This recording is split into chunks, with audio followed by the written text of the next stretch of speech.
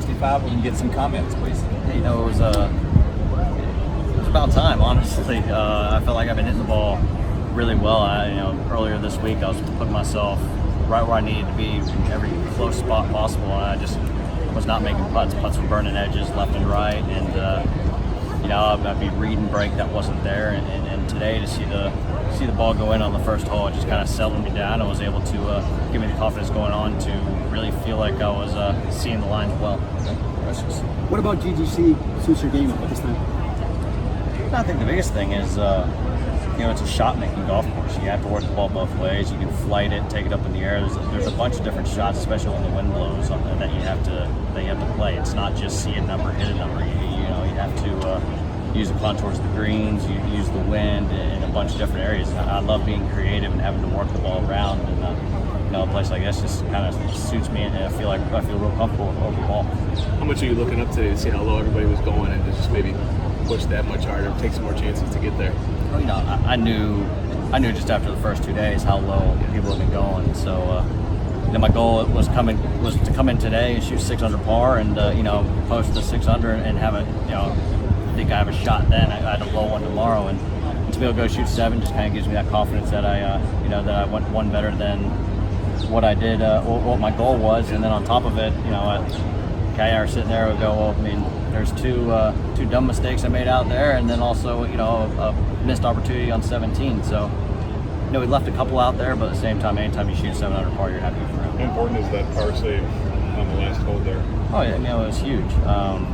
There's nothing more I hate than to bogey the last hole, because it just gives you a bad taste coming off the golf course. It gives you you don't get a bad taste that night, and then also you just don't feel that great when you wake up and you just bogey the last hole the previous day. So to be able to get off with a par on the last and to keep the momentum going and keep the round going was definitely a momentum builder going into tomorrow.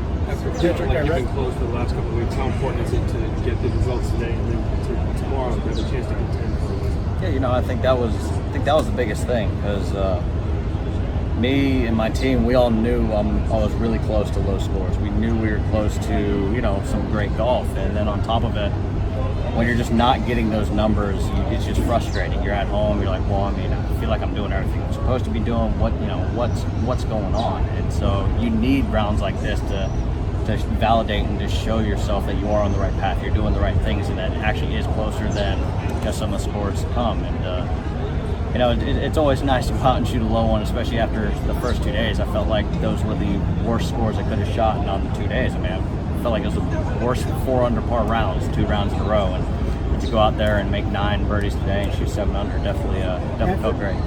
Patrick, the fans were pretty rowdy out there today. Is that something that you guys really appreciated to help you keep motivating all day long? Yeah, I loved it. The fans here have been absolutely great. They've either tried to pick you up if you weren't playing very well, or they've just kind of gotten behind you and are really just trying to see how low you can go. So, I've really enjoyed my time here in Detroit, and look forward to hopefully coming back, and look forward to tomorrow, hopefully getting off to a fast start and trying to hunt down a leader. Sort of along those same lines, if a guy who wasn't here this year was asking you about it and maybe thinking about adding it to the schedule next year, what would you tell him just about the whole week, the golf course, and the way it stacks up to other tour events? I think it's great. The golf course is pure. It's in great shape, and it's a birdie fest. You gotta go out and shoot low. You gotta go out and make birdies, and especially this time of year, after a U.S. Open, which normally, par is a good score, and then on top of it, you're leading into another major, the Open coming up, and so you're sitting there, and to have a week like this where you can go out and make a bunch of birdies, if you're hitting fairways, hit a lot of wedges in there close, make a bunch of putts, and with making a lot of birdies, it gives you confidence moving forward. So, I think it's great. The fans have been awesome. The golf course has been, amazing. The weather's been great.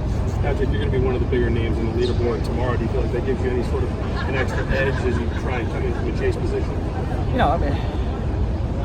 Just with having experience, I think it'll help. But at the same time, all these players these days on PGA Tour are really good. They're great golfers. That's the reason why they're here. That's the reason why they're in the lead and have a chance to win on Sundays. It's just going to come down to how far behind I am going into tomorrow, and how low do I have to really go to have a chance, because you can't expect the leaders to just shoot even 1 or 2 under on here. You have to expect them to shoot in the 60s, so that means I'm just going to have to shoot I'm thinking 7 or 8 tomorrow to have probably a legitimate shot at winning this golf tournament. And you know, what I proved to myself today is that it is out there, and I was able to do it. So just have one more day to do it. All right, Patrick, thank you. Thanks. Appreciate it.